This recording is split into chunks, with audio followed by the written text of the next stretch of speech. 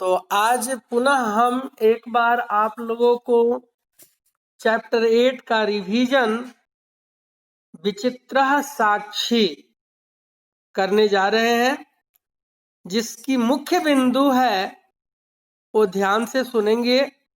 न्याय की सूक्ष्मता एवं न्यायाधीश की बुद्धिमत्ता को समझना, न्याय के महत्व का मानव जीवन पर असर समझाना, उचित न्याय के महत्व को समझाना,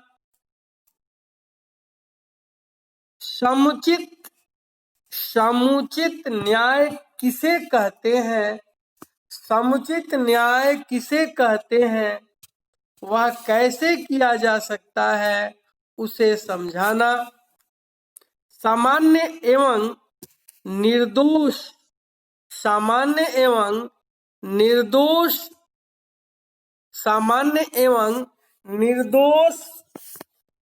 जनता में न्याय के प्रति श्रद्धा का भाव जागृत करना, निर्दोष जनों को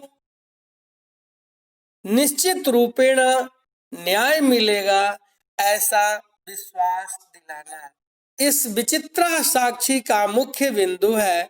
फिर से एक बार सुन लेंगे कि न्याय की सूक्ष्मता एवं न्यायाधीश की बुद्धिमत्ता को समझना, न्याय के महत्व का मानव जीवन पर असर समझाना, उचित न्याय के महत्व को समझाना, समुचित न्याय किसे कहते हैं, वह कैसे किया जा सकता है, उसे समझाना, सामान्य एवं निर्दोष जनता के प्रति श्रद्धा का भाव जागृत करना, निर्दोष जनों को निश्चित रूपेण न्याय मिलेगा ऐसा उनके मन में विश्वास दिलाना।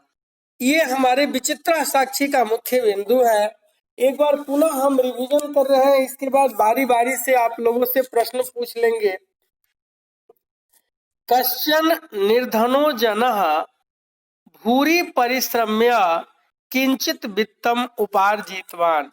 किसी गरीब आदमी ने बहुत परिश्रम करके बहुत धन कमाया, कुछ ही धन कमाया। तेन वित्तेन स्वपुत्रम, उस धन से अपने पुत्र को एकस्मिन् महाविद्यालये प्रवेशम दापयितुम सफलो जाता, एक महाविद्यालय में प्रवेश दिलाने में सफल हो गया। तत्तनया तत्रैव छात्रावासे निवसन अध्ययने संलग्नो संभूत। उसका पुत्र वहीं छात्रावास में निवास करते हुए पढ़ाई में जुट गया।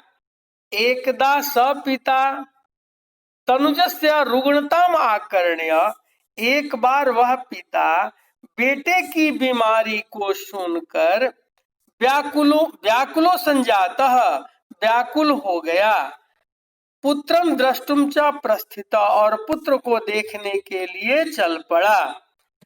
परम अर्थ काश्येन, लेकिन धन के अभाव से पीड़ित दुखी सबस्यानम विहाय, वह बस की यात्रा को छोड़कर पदाति रेव प्राचलत, पैदल ही चल दिया। पदाति क्रमेण संचलन, पैदल चलते हुए, सायं समये अपि असौ, शाम में के समय में भी, असौ गंतव्यात् दूरे आसीत्, वह अपने गंतव्य से दूर था, यानी अपने जाने के रास्ते से दूर था। निशांधकारे प्रसृते, रात के अंधेरे में फैले हुए, बिजने प्रदेशे, निर्जन स्थान पर, पद यात्रा न शुभावः, पद यात्रा उत्तम नहीं होती है, पद यात्रा उत्तम नहीं मानी जाती है। एवं विचार्य सपार्श्व स्थिते, इस प्रकार विचार कर वह पार्श्व स्थित, पास में स्थित, ग्रामे, गांव में, रात्रि निवासम, रात में निवास करने के लिए, कंचित गृहस्थम उपागतः, किसी गृहस्थ के घर में आ गया। करुणा परो गृही, करुणा से युक्त अर्थात दयालु गृह स्वामी तस्मै आश्रयम प्रायच्छत, उनको आश्रय दे दिया, रहने का जगह दे दिया। विचित्रा दैव गति, कहता है भाग्य की गति बड़ी विचित्र होती है। तस्याम एव रात्रौ तस्मिन् गृहे कश्चन चौरः गृहाभ्यंतरे प्रविष्टा, उसी रात में उस घर में कोई चोर घर के अंदर घुस गया। तत्र निहिता में काम, वहां रखे हुए एक मंजूषा पेटिका को, संदूक को आदाय लेकर पलायिता भागा। चौरस्य पाद ध्वनिना प्रबुद्धो अतिथि, चोर की पैरों की आवाज से जागा अतिथि। चौर संख्या, चोरी की शंका से तम अन्वधावत अग्रहणांच, उसके पीछे भागा और अग्रहणांच और पकड़ लिया। परम विचित्रम अघटत, लेकिन एक विचित्र घटना घट गई, लेकिन एक विचित्र घटना घट गई। चौरह एवं ऊंचे क्रोशितुम आरभत, चोर ने ही जोर जोर से चिल्लाना शुरू कर दिया। अय चौरो अयम, यह चोर है, यह चोर है। तस्य तार स्वरेण प्रबुद्धा, उसकी ऊंची आवाज से जगे ग्रामवासिना, गांव के निवासी। स्वगृहात, अपने घर से निकलकर, निष्क्रम्य निकलकर, तत्रागच्छन, वहां आ गए। पराकम अतिथिम, और बेचारे अतिथि को ही चोर मानकर, चौरम मतवा, चोर मानकर भर्त्सय, निंदा करने लगे।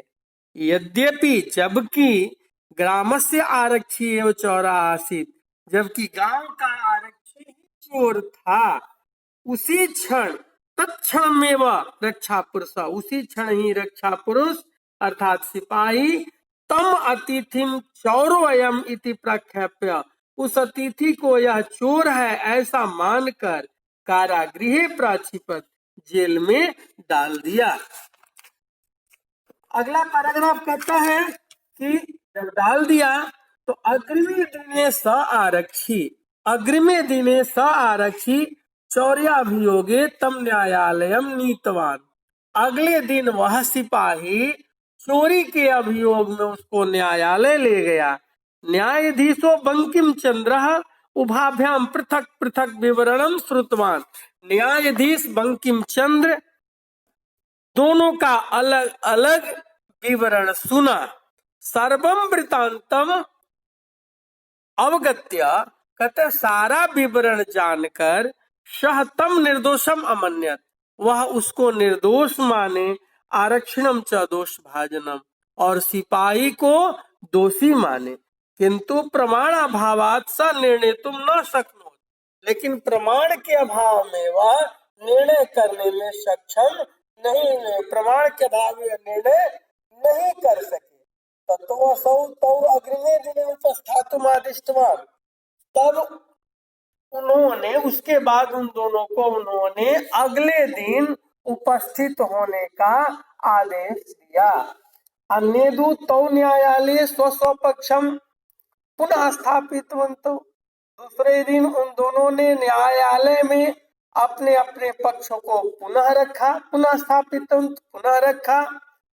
तदैव कश्चित तत्रत्यः कर्मचारी, तभी वहां के ही किसी कर्मचारी ने समागत्य आकर निवेदन किया कि इतः क्रोश द्वया अंतराले, यहाँ से 2 कोस की दूरी पर कश्चित जना, कोई व्यक्ति केनापि हतः, किसी के द्वारा मार दिया गया है। तस्य मृत शरीरम राजमार्गम निकषा वर्तते, उसका मृत शरीर राजमार्ग अर्थात मुख्य सड़क के पास पड़ी है। आदिश्यताम किम करणीयम इति, आदेश दे कि क्या करना चाहिए।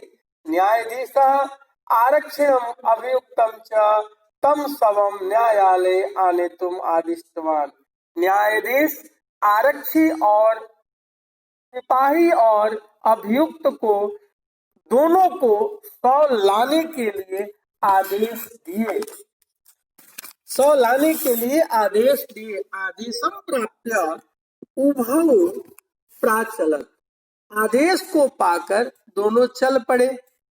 तत्रोपेत्य काष्ठ पटले निहिते, वहां पहुंचकर काष्ठ पटले निहितम, लकड़ी के तख्ते पर निहितम रखे, पटाच्छादितम, कपड़े से ढके हुए, देहम, शरीर को, अस्कंधे न बहंतो, कंधे पर उठाए हुए, न्यायाधिकरणम प्रति प्रस्थितो, न्यायालय की ओर चल पड़े। आरक्षी सुपुष्ट देह आसित, आरक्षी जो सिपाही था वह शक्तिशाली और मोटे शरीर वाला था। परंतु अभियुक्त अतीव कृशकाय, लेकिन जो अभियुक्त था, जो चोरी का आरोपी था, वह बहुत दुबले पतले शरीर का था। भारवतः शवस्य स्कंधे न बहनम तत्कृते दुष्करम आसीत्, भारी शव का कंधे से उठाना उसके लिए बहुत कठिन था। भार वेदनया क्रंदन्ति स्म, वह बोझ उठाने के कष्ट से रोने लगा। तस्य क्रंदनम निशम्य मुदितः आरक्षिम तमुवाच, उसका रोना सुनकर प्रसन्न सिपाही उससे बोला, अरे दुष्ट, तस्मिन् दिने त्वया अहम चोरितया मंजूषाया गृह्णात् वारितः, अरे दुष्ट, उस दिन तुम्हारे द्वारा चोरी की हुई पेटिका को, संदूक को लेने से रोका गया। इदानीम निज कृतस्य फलम भुक्ष्व, अब अपने किए हुए का फल भोगो। अस्मिन् चौर्याभियोगे, इस चोरी के अभियोग में त्वम वर्ष त्रयस्य कारादंडम लप्स्यसे, तुम्हें 3 वर्ष तक का जेल का दंड पाएगा। इति प्रोच्य ऊंचे अहसत, ऐसा कहकर ऊंचे जोर से हंसने लगा। यथा कंचित उभौ, जैसे तैसे दोनों, शवम आनीय, लाश को लाकर, एकस्मिन् चत्वरे स्थापितवन्तौ, एक चौराहे पर रख दिया। न्यायाधीशेन पुनस्तौ घटनाया विषय वक्तुम आदिष्टौ, न्यायाधीश के द्वारा पुनः उस घटना के विषय में बोलने के लिए आदेश दिया। आरक्षिणी निज पक्षम प्रस्तुवती, सिपाही के द्वारा अपना पक्ष रखने पर आश्चर्यम अघटत, एक आश्चर्यजनक घटना घटी।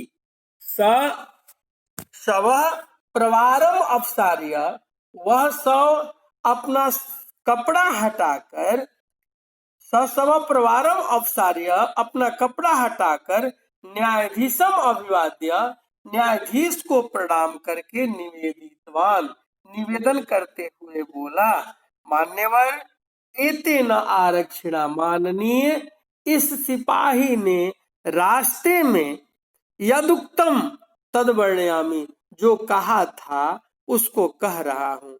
त्वया अहम चोरितायाः मंजूषायाः ग्रहणात् वारितः, तुम्हारे द्वारा मुझे चोरी की गई मंजूषा को लेने से वारितः, रोका गया। अतः निज कृतस्य फलम भुक्त्वा, इसलिए अपने किए हुए कर्म का फल भोगो। अस्मिन् चौर्याभियोगे, इस चोरी के अभियोग में, त्वं वर्षत्रयस्य कारादंडम लप्स्यते, चोरी के अभियोग में आरक्षण सिपाही को जेल का दंड, कारागार का दंड देकर तम जन्म उस व्यक्ति को ससम्मान के साथ छोड़ दिया। इसलिए कहा गया है कि मति वैभवशाली नीतिम युक्तिम समालभ्य दुष्कराणि कर्माणि लीलयैव प्रकुर्यते। मति वैभवशालिनः, बुद्धि की संपत्ति से युक्त लोग, नीति और युक्ति का सहारा लेकर, समालम्ब्य मतलब सहारा लेकर, दुष्कराणी, कठिन कामों को भी, दुष्कराणी अपनी कर्माणी, कठिन कामों को भी, लीलयैव, खेल खेल में, आसानी से, सहजता से, सरलता से, प्रकुर्यते, करते हैं या कर लेते हैं। तो